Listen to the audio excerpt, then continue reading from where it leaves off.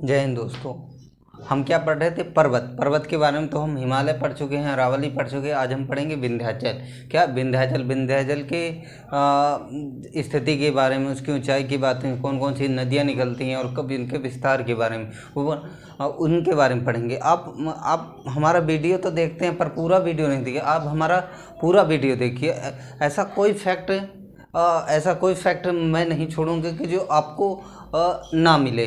जो भी टॉपिक पढ़ाऊँ उसको ए टू जेड फैक्ट पढ़ाऊँगा। ऐसे कोई बिंदु नहीं छोड़ूंगे, जिसके महत्वपूर्ण बिंदु हैं वो नहीं छोड़ूंगा। वो आपको सभी मिलेंगे। आप पूरा वीडियो, आपको कुछ नया मिलेगा देखने को। पूरा देखिएगा तो कुछ नया या कुछ सीखने को मिलेगा हमारी वीडियो से।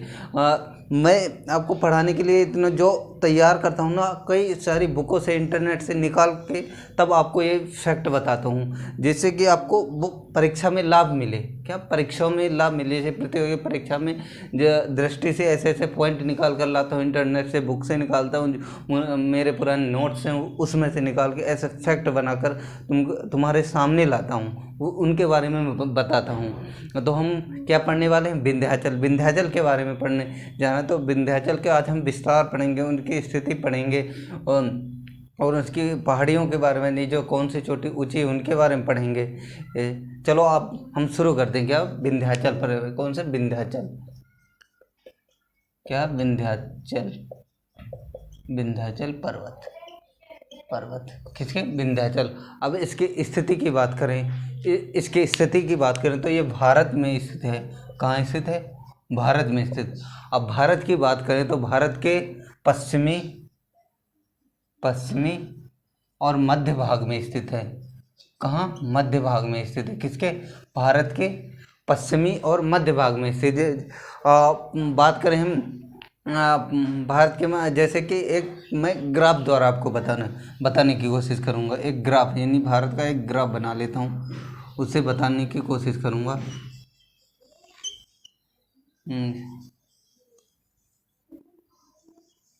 ये लगभग ये मध्य, यानी ये तो हमारा पश्चिमी भाग है। ये मध्य भाग जो बीच का होता है वही तो मध्य होता है, जो पश्चिम में तो पश्चिमी भाग कहलाएगा। तो लगभग विंध्याचल पर्वत की स्थिति की बात करें तो लगभग इधर है। कहाँ? इधर। तो इसलिए इसे कहते हैं भारत के पश्चिम और मध्य भाग में स्थित है। मध्य भाग में स्थित। अब बात करें, यह प्राचीन पर्वत है। प्राचीन पर्वत है। इसकी बात करें, एक गोलाकार पर्वत है। गोलाकार मतलब इसके, और गोलाकार मतलब लगभग गोल टाइप में है, इस तरह। अब यह एक कई खंडों में बटा हुआ। कौन सा? जैसे कि हिमालय की बात करें, हिमालय लगातार ऊंचाई में है। जैसे ऊंचाई थोड़ा, इसकी चोटियाँ बनी हैं ऐसे बनी। अब इसकी बात करें यानी विंध्याचल की बात करें तो ये कई खंडों में बटा है। जैसे कि एक चोटियाँ इतनी है तो भूमि समतल आ गई, एक चोटी इधर बनी है तो ये समतल आ गई। ऐसे इस प्रकार खंडों में बटा। कौन बटा है? विंध्याचल पर्वत। किसमें? खंडों में अब बात करें, और अब आगे की बात करें, यह उत्तर भारत, यानी यह उत्तर भारत और दक्षिण भारत को दो भागों में बांटती है। किसे? कौन बांटती है? विंध्याचल पर्वत, यानी विंध्याचल पर्वत की बात करें तो यह उत्तर भारत, यानी भारत का उत्तरी भाग और दक्षिण भारत, इनको दो भागों में बांटती है। कौन बांटती है? इन दोनों के, यानी बीच में स्थित है।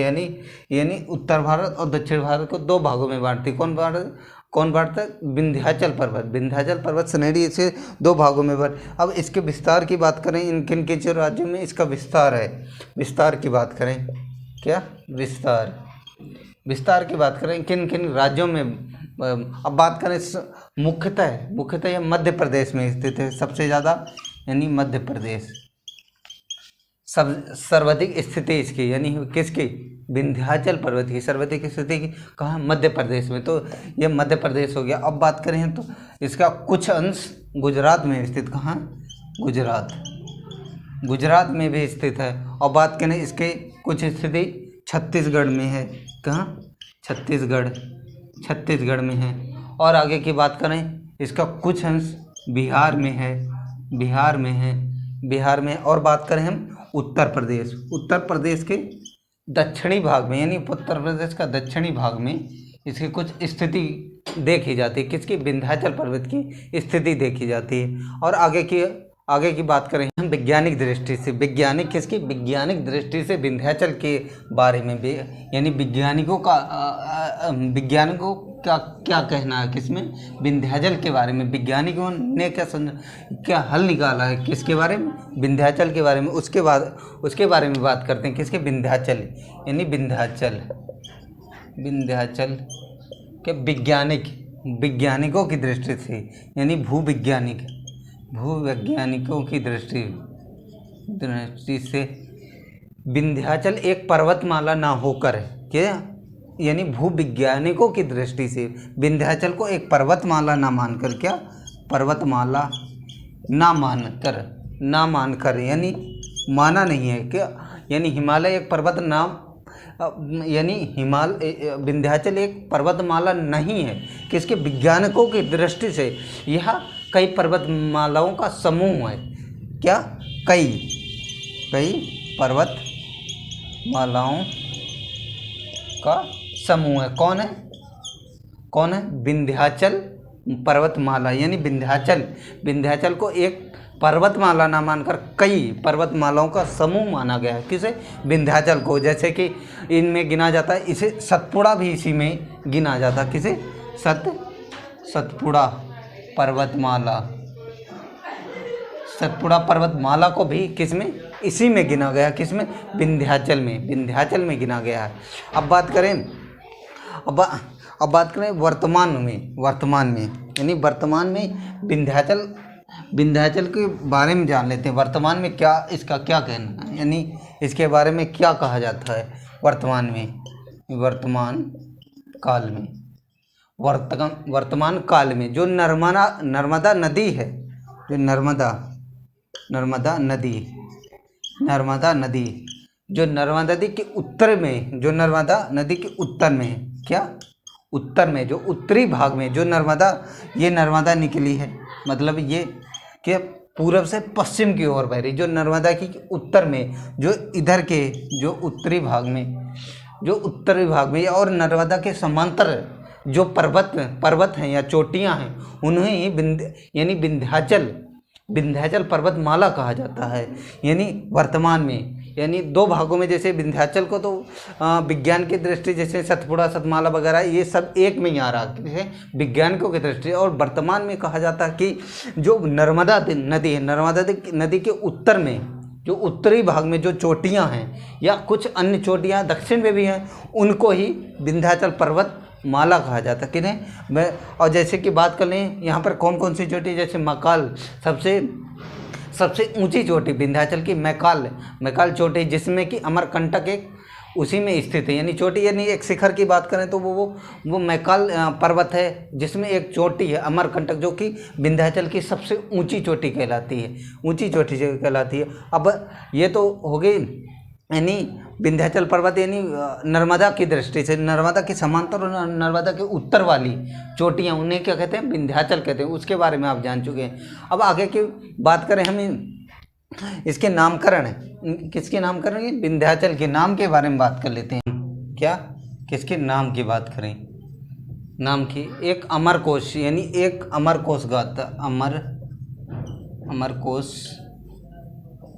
अमरकोश में एक व्याख्या के अनुसार, यानी अमरकोश में एक व्याख्या मिली, अमरकोश एक किताब, उसमें एक व्याख्या मिली है, यानी व्याख्या मिली, उसके अनुसार, उनके अनुसार विंध्याचल, यानी विंध्य एक संस्कृत शब्द, यानी संस्कृत शब्द वैंध्य के नाम पर पड़ा है, वैंध्य के नाम पर पड़ा है, जिसका शाब्दिक अर्थ है, किसका? जिसका अर्थ है यानी बाधा डालना, यानी बाधा डालना या रोकना। किसका?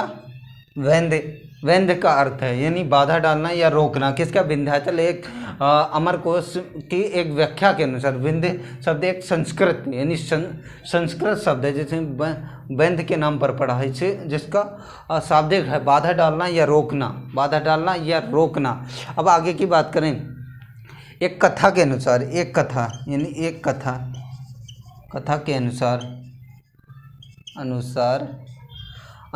एक कथा के अनुसार जो सूर्य के मार्ग में, सूर्य के मार्ग यानी सूर्य के मार्ग में जो विंध्याचल है, सूर्य के मार्ग में बाधा उत्पन्न कर रहा था यानी यानी बाधा उत्पन्न, सूर्य के मार्ग में बाधा उत्पन्न कर रहा है, उत्पन्न करता है। कौन करता है?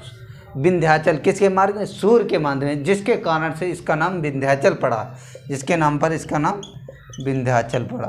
किसका नाम? विंध्याचल पड़ा। जैसे सूर्य के मार्ग में बाधा उत्पन्न करने का, क्योंकि इसका विंध्य यानी एक संस्कृत शब्द वैद्य के नाम पर पड़ा है, जिसका शाब्दिक अर्थ है बाधा यानी रोकना। जो एक कथा के अनुसार जो सूर्य के मार्ग में बाधा उत्पन्न करता है, जिसके कारण से इसका नाम विंध्याचल पड़ा। अब बात करें महर्षि वाल्मीकि के अनुसार। महर्षि वाल्मीकि ने रामायण में बताया इसके बारे में। क्या? महर्षि वाल्मीकि जी ने बताया है किसके? विंध्याचल के बारे में रामायण में भी। किसमें? रामायण में बताया है। किसे?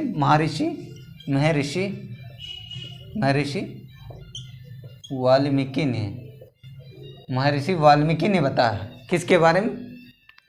विंध्याचल के बारे में। यह विंध्याचल के बारे में यह लगातार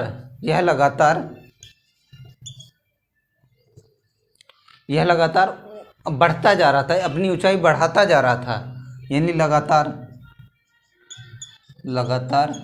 अपनी ऊंचाई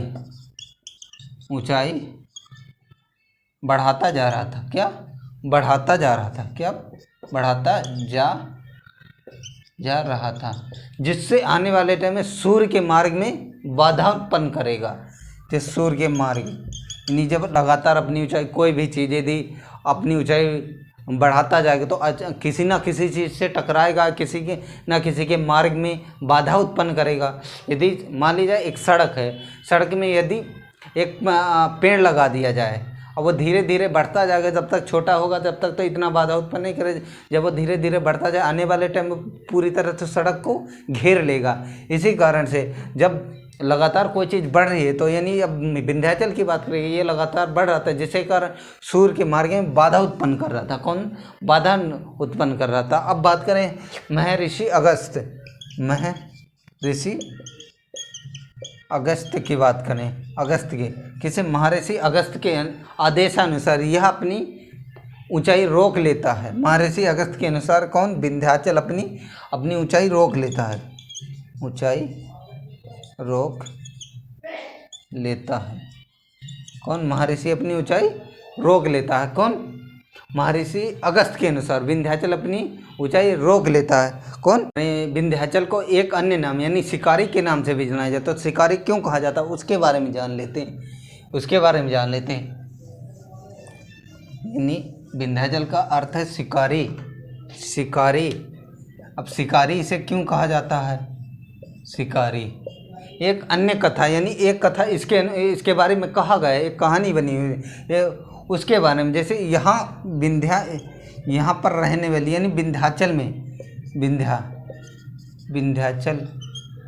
विंध्याचल के क्षेत्र में रहने वाली एक जनजाति थी। कौन सी रहने वाली? एक जनजाति थी जिसका नाम था, क्या थी? जनजाति थी। कहाँ? विंध्याचल क्षेत्र पर, यानी विंध्याचल क्षेत्र पर निवास करती थी एक जनजाति, जिसके नाम पर इसके शिकारी कहा जाता था। अब कौन सी जनजाति थी जिसका नाम था शिकारी फरमार? यह एक जनजाति थी जो कि विंध्याचल क्षेत्र में निवास करती थी। कौन सी?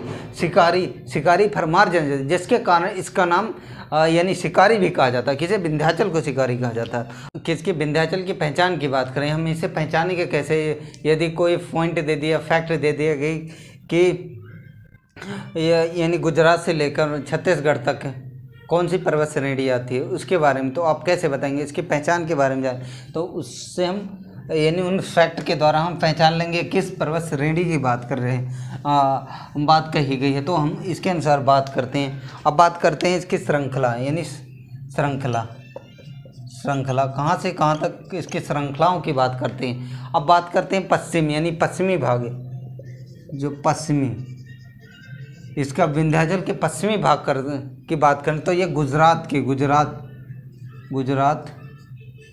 के पूर्वी हिस्सा में, पूर्वी हिस्सा तक फैला। किसके? गुजरात के पूर्वी हिस्सा के बाद पूर्वी हिस्सा तक फैला। किसके? गुजरात के किसके? विंध्याचल को पश्चिमी जो भाग है, जो गुजरात के पूर्वी हिस्सा, गुजरात जो इस तरह आता है तो इसके पूर्वी हिस्सा तक कुछ इस तरह यहाँ तक विंध्याचल की श्रेणियाँ पाई जाती हैं जो गुजरात के पूर्व में है।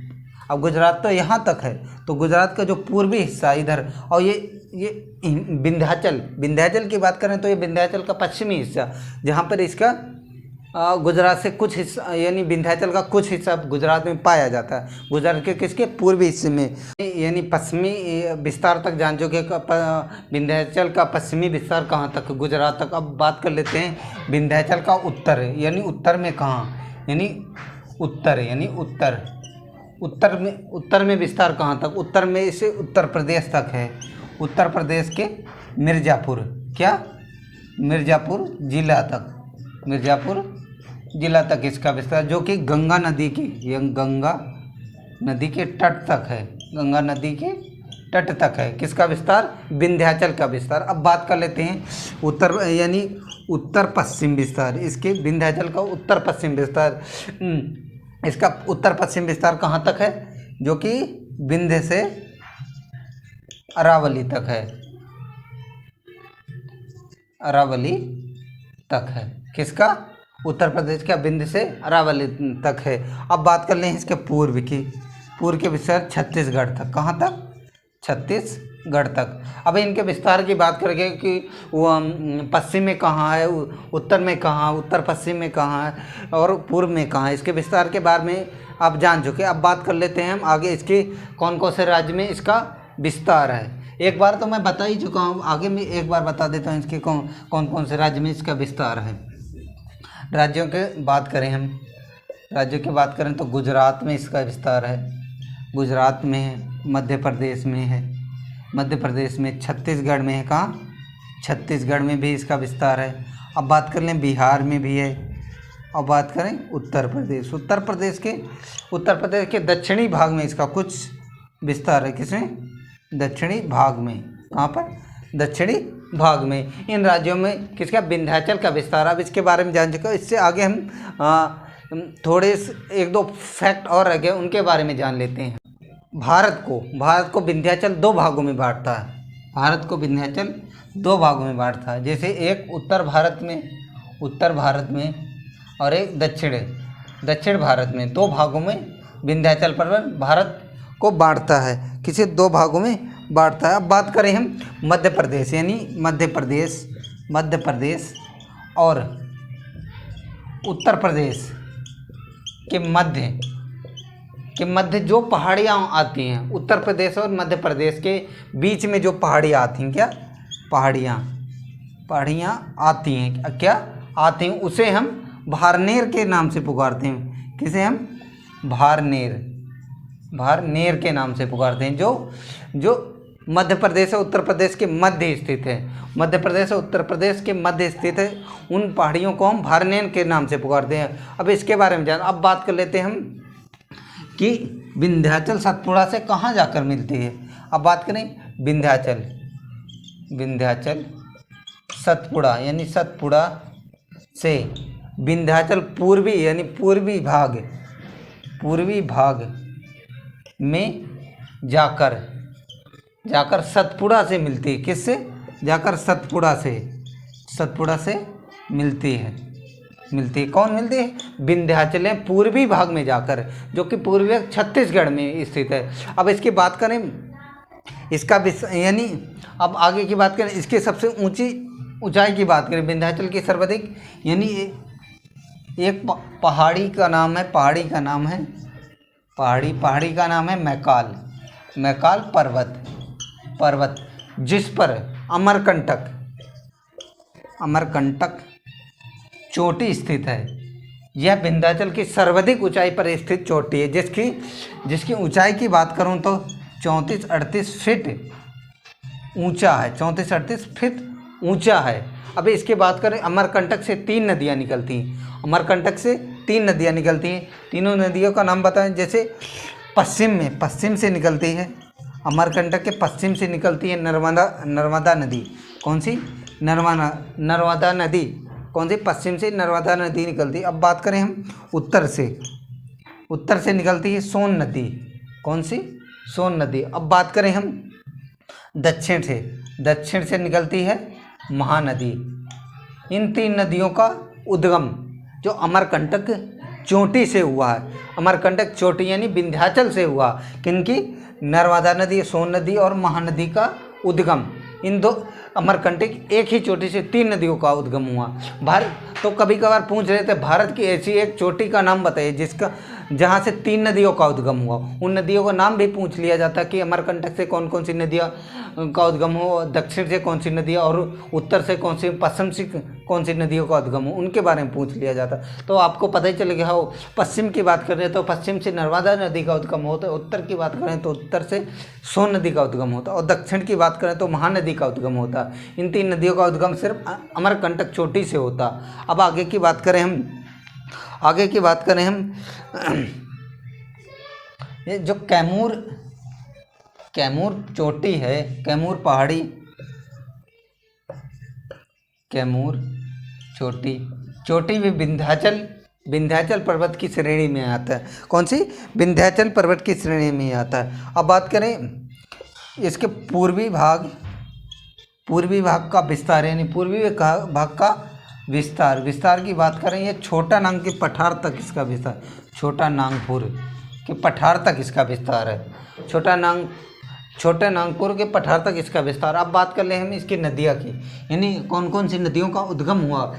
यहाँ से कई नदियों का उद्गम हुआ, यानी नदियाँ, कौन कौन सी नदियों का उद्गम की बात करें, उद्गम यहाँ से पर नदियों के उद्गम की बात करें, नदियों के उद्गम की बात करें तो काली सिंध नदी है, बेतवा नदी है। अब बात करें तो केन नदी है, चंबल है। और बात करें हम सोन नदी है, पार्वती नदी है। और बात करें नर्मदा नदी है, ताप्ती नदी है। कौन सी? ताप्ती नदी है और महानदी है। इन नदियों का उद्गम कहाँ से? विंध्याचल पर्वत से श्रेणी से की नदियों। अब आज आप विंध्याचल के बारे में सब कुछ जान चुके, ऐसा कोई फैक्ट नहीं मैंने छोड़ा है, सारे फैक्ट बताएं। परीक्षा की दृष्टि से आने वाले सभी फैक्ट बताएं, इनके विस्तार के बारे में, इनकी नदियों के, इनकी चोटियों के बारे में बता चुका हूँ, और विस्तार के बारे में बता चुका हूँ सभी। ऐसा कोई फैक्ट नहीं छोड़ा कि मैंने बताया नहीं हूँ। सभी नदियों के नाम बता चुका हूँ, यानी कौन सी नदियों का उद्गम, यानी जो नदियाँ जो मेन थी उनका उद्गम के बारे में बता चुका हूँ और इनके विस्तार के बारे में बता चुका हूँ, इसकी चोटी के बारे में बता चुका हूँ। यह परत यानी कई खंडों में बटा हुआ विंध्याचल, उसके बारे में बता चुका। जो परतदार चट्टानों से मिलकर बना, किसी परतदार चट्टानों से मिलकर बना, कौन से? विंध्याचल पर, उसके बारे में बता चुका। अब आप सब कुछ जान चुके हैं। जय हिंद।